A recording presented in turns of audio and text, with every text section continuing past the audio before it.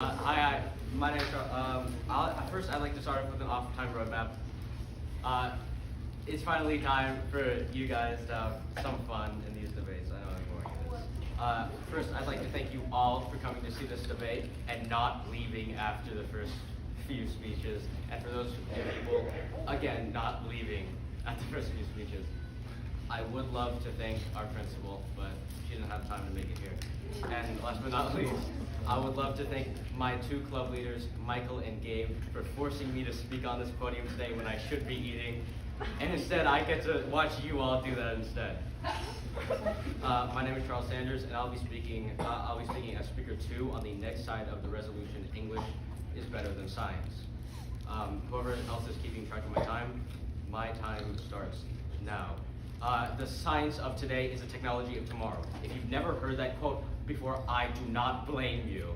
But it is true. Without science, without the knowledge of all these little secrets of the world and the universe, we wouldn't be here where we are today. A class full of nerds listening to an even huger nerd speak about why science is cool. Now, I know how you'd all love to hear about technology is helping the world with a shortage of trees, how paper will stop being cut for students to waste, but that's just a whole bunch of bull.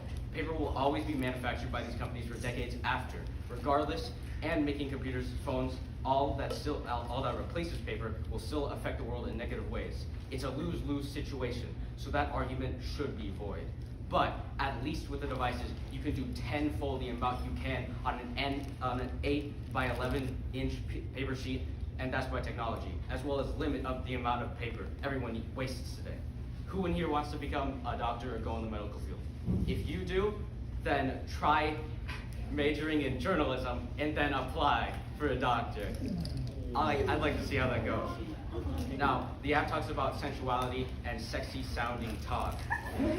All this talk about intimacy makes me think that these opponents aren't thinking with their heads rather than something else. So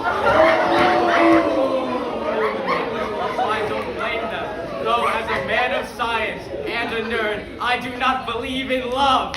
I don't believe in friends, and I do not need nobody.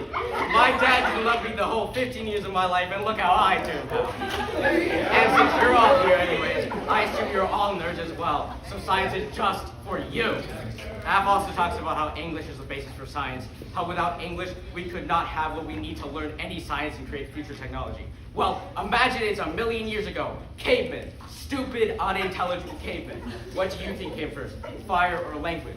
If you think language, forget this. You need history, because they created fire. They started science without any language.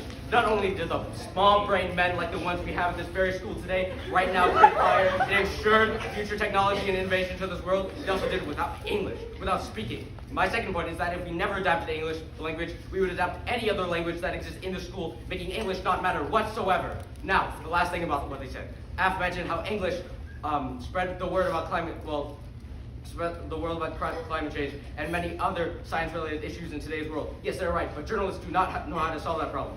You need scientists better. You need science better to have the world fix it while no one else knows about it, rather than people knowing and nothing is being done to fix it. They sound like George H.W. Bush. Read my lips, no new taxes. And with that, and without science, I'm almost done. But what would Stephen Hawking say? Okay? And with that, I bid you to vote for your least favorite subject, science.